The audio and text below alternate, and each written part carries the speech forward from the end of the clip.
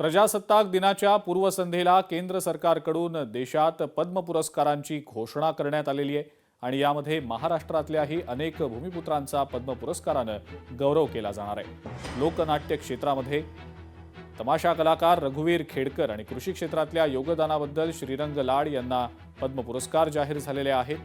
श्रीरंग लाड हे एक शेतकरी आहेत। त्यांनी कापूस पिकाच्या उत्पन्न वाढीसाठी विशेष संशोधन केलेलं आहे।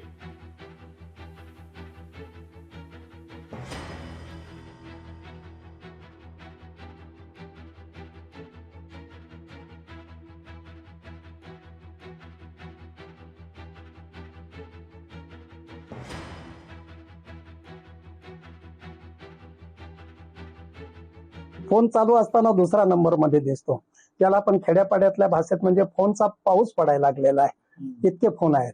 आणखीन याच्या पाठीमागे केवळ हा भाग आहे, पण माझ्यावरती इतका हृदयस्थ प्रेम करणारी मंडळी आहे, त्या फोनला ओलावा पण आहे। मी शेतकऱ्यांना एकच सांगेन की कष्टाशिवाय तर काही मिळत नाही, पण कष्टाने शेती करता, पण कष्टात ती शेती करण्यापेक्षा तंत्राने शेती करा। कष्टाला फळ नाही, तंत्राला फळ आहे। वाद्य म्हणजे आपले महाराष्ट्राला हे वाद्य आदिवासीचा श्रेष्ठ वाद्य आहे। हे संस्कृतीने मला आयुष्यात मन समाधान केला आणि पद्म पुरस्कार मिळाला, ते हे माझा आयुष्यात भाग्य समजलं। मला आनंद वाटतो का पुरस्कार मिळाला?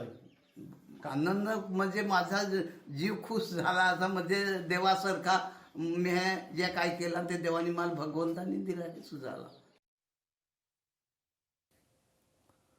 अभिनेते धर्मेंद्र यांना मरणोत्तर पद्म पुरस्कार जाहीर झालेला आहे। माजी राज्यपाल भगतसिंह कोश्यारी यांना पद्मभूषण पुरस्कार जाहीर झालाय, तर पार्श्वगायिका अलका याग्निक यांना सुद्धा पद्मभूषण पुरस्कार जाहीर झालाय।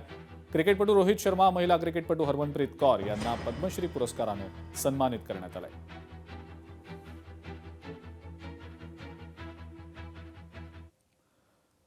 माजी राज्यपाल कोश्यारी यांना पद्मभूषण पुरस्कार जाहीर झाल्यानंतर आता राऊतांनी त्यावर टीका केलेली आहे। महाराष्ट्रात लोकशाही आणि भारतीय संविधानाची हत्या करून शिंदे आणि भाजपचं सरकार बसवल्याबद्दल या महाशयांना मोदी सरकारनं पद्मभूषण किताबानं सन्मानित केलं आणि याच महाशयांनी छत्रपती शिवाजी महाराज आणि महात्मा फुले दाम्पत्याचा अपमान केला होता।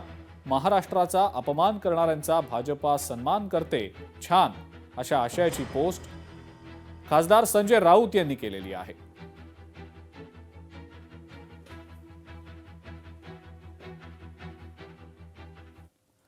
मुंब्र्यातल्या एमआयएमच्या नगरसेविका सेहर शेख यांच्या वक्तव्यावरनं सुरू असलेल्या वादात इम्तियाज जलील यांनी सुद्धा उडी घेतलेली आहे। केवळ मुंब्राच नाही तर संपूर्ण महाराष्ट्र हिरवा करू असं खळबळजनक दावा जलील यांनी केला आणि जलील यांच्या या वक्तव्यानंतर पुन्हा एकदा राजकीय वातावरण तापलंय।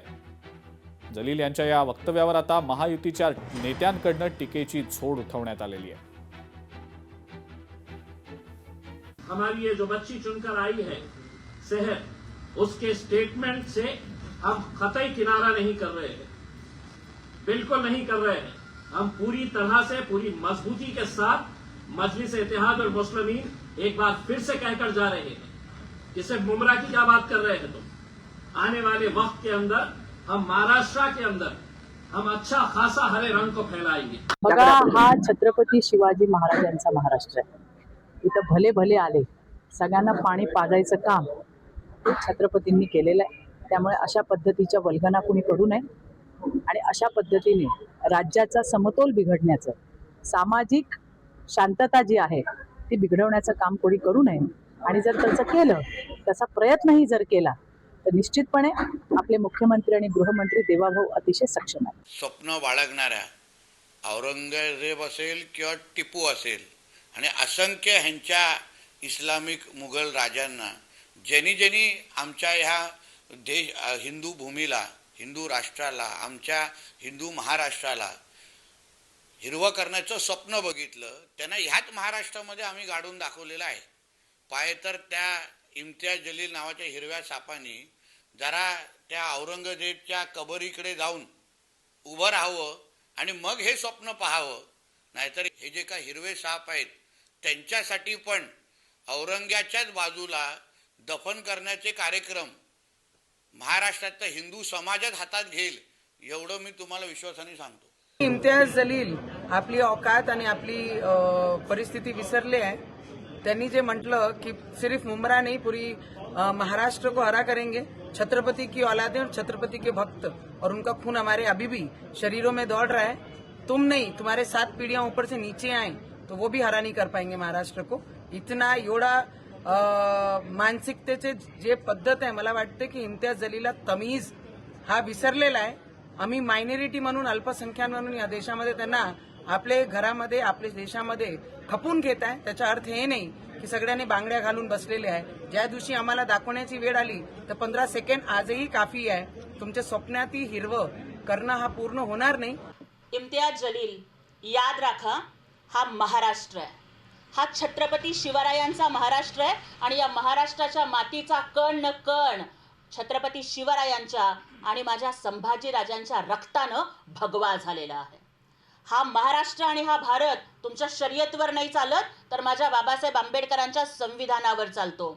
खबरदार, जर हा राष्ट्र आणि महाराष्ट्र हिरवा करण्याची नापाक स्वप्न जर तुम्ही बघायला लागलात ना, तर तुमच्या छाताडावरती भगवा आणि निळा गाडल्याशिवाय आम्ही राहणार नाही।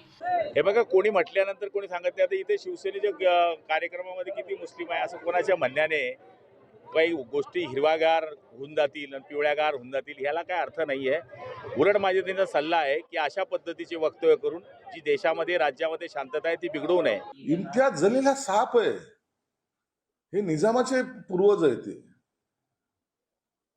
यांना इथून महाराष्ट्रात येऊन अशांतता कशी पसरेल हा त्यांचा लक्ष आहे। हा छत्रपती शिवरायांचा महाराष्ट्र आहे, या संत महंतांचा महाराष्ट्र आहे, समाजवादी चळवळीचा हा महाराष्ट्र आहे, पुरोगामी लोकांचा हा महाराष्ट्र आहे। आणि अशा महाराष्ट्राला तर एखाद्या रंगाने रंगून जो जातीचा रंग देण्याचा प्रयत्न करतोय हा अत्यंत घातक आहे। खरं तर याच्यावर कारवाई केली पाहिजे। लोकशाही मराठी, ऐका, पहा, जागरूक रहा।